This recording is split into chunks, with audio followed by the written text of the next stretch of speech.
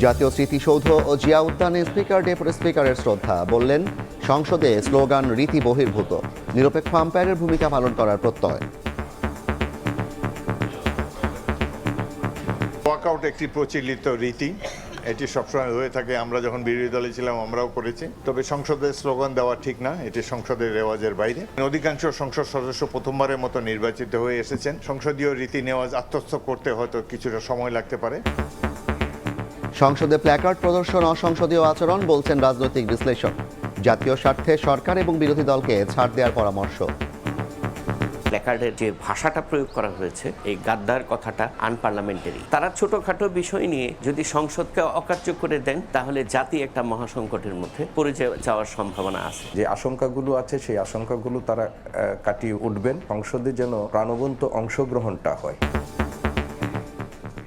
দেখছিলেন প্রধান শিরোনাম। দুপুরের সময়ের সঙ্গে আছি আমি জাফর সাদিক। এবার অন্যান্য শীর্ষ সংবাদ।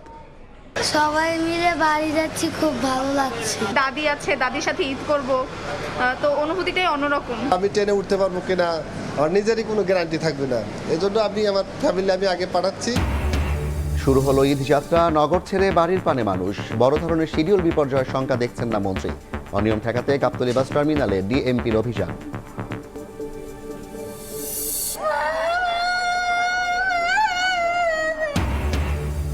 সড়ক দুর্ঘটনায় প্রাণ হারানো বরকনের বাড়িতে মাতম। 14 জনের মধ্যে খুলনায় 4 জনের দাফন।